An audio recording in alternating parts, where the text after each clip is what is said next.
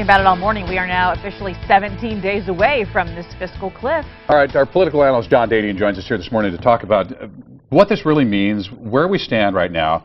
Does it look like they'll get anything done in 17 days, especially with the Christmas break coming up?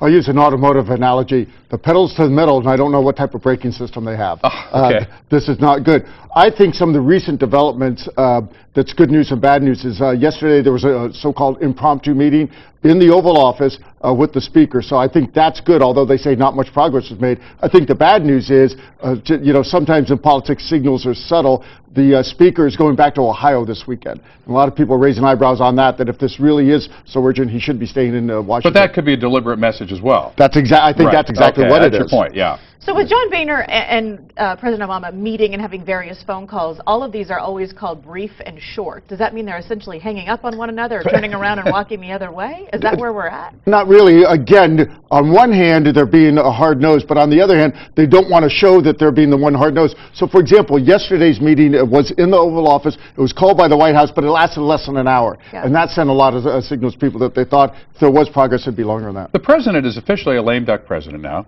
He's got his second term, so he can basically do whatever he wants and not worry about the political implications of that, although I don't think he's making decisions like that just yet. Although, if you remember, he made a comment similar to that to one of the Russian officials that he thought he was off mic. Remember, he says, wait till I get that second term and then we could talk. So that is kind of a mentality when you go into a second term. Okay. Talking about your expertise, though, if we do reach this so-called fiscal cliff, first of all, do you really think that will happen, or do you think there'll be some sort of temporary move in order to sort of kick this can? I think right as I speak today, the chances of it happening are probably more than 50%. You do think so? I do think so. And again, as we've discussed and you folks have said many times, especially, of course, we're looking at it nationally, but in San Diego, it's really going to hurt, especially on the defense cuts.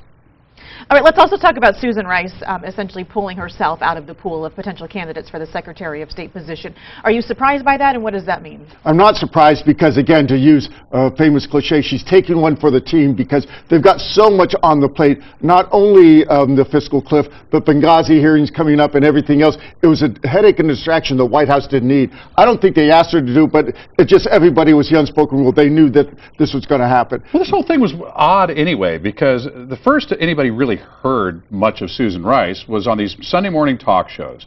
She hadn't been mentioned as a possible Secretary of State in the general public forum. So she comes out, makes these statements, oh, these riots are due to this film that's on the internet. Well, everybody questioned that right from the start. Now we know that that is absolutely not the case. Why did she come out in the first place? Why Susan Rice? I mean, was the White House floating her out there and beginning to introduce her as a possible candidate for Secretary of State, and then it went horribly wrong when she was caught in what many people say is an out-and-out lie? No, I don't think that was the case. I think what it was is they didn't want to go too high level with the Secretary of State or a real senior official. UN ambassadors are very tough positions. If you look in history, I think two of the greatest ones were Adlai Stevenson, who was a Democrat, because in the Cuban Missile Crisis, he got up there and he did a great job in the public forum. The other one, and this is important compared to Susan Rice, was under the Reagan administration, Jeane Kirkpatrick, because what they did, which I haven't seen since, they gave her a lot of latitude. In other words, they wouldn't have given her speaking points. She spoke, she was in charge, etc., and she had a lot of power herself. Since then, administrations have not given the UN ambassador that much authority. So besides Susan Rice, the other high-profile name that was being tossed around was John Kerry. How's that going over, and is he pretty much the shoo-in at this point? I'm assuming it is because, again, pardon me, it requires Senate confirmation, which, of course, the Democrats control the Senate. So I don't see any way that it doesn't go through, and there really hasn't been any realistic, there's certainly a good pool they have to choose from, but that really is the one main name they're talking about. Scares a lot of conservatives. Quickly before we go, the governor talking about being treated for prostate cancer. I've been through the prostate cancer treatment and so forth. I missed a little bit of work, and I'm right back and healthy and fine. Do we think this is going to affect a re-election bid for him or anything going down the road?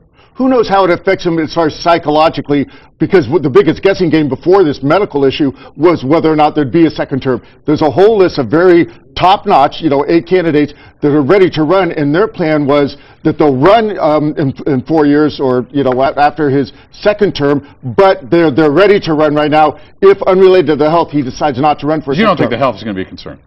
You know, I don't know psychologically. One thing I'll say that you and he have in common is for your respective ages, extremely healthy, and they say one of the keys is a positive attitude. This governor has a pretty positive attitude. John Dadian, we're flat out of time, but hey, thanks for joining us this morning. John. We sure do appreciate it. Good to see you. Have a good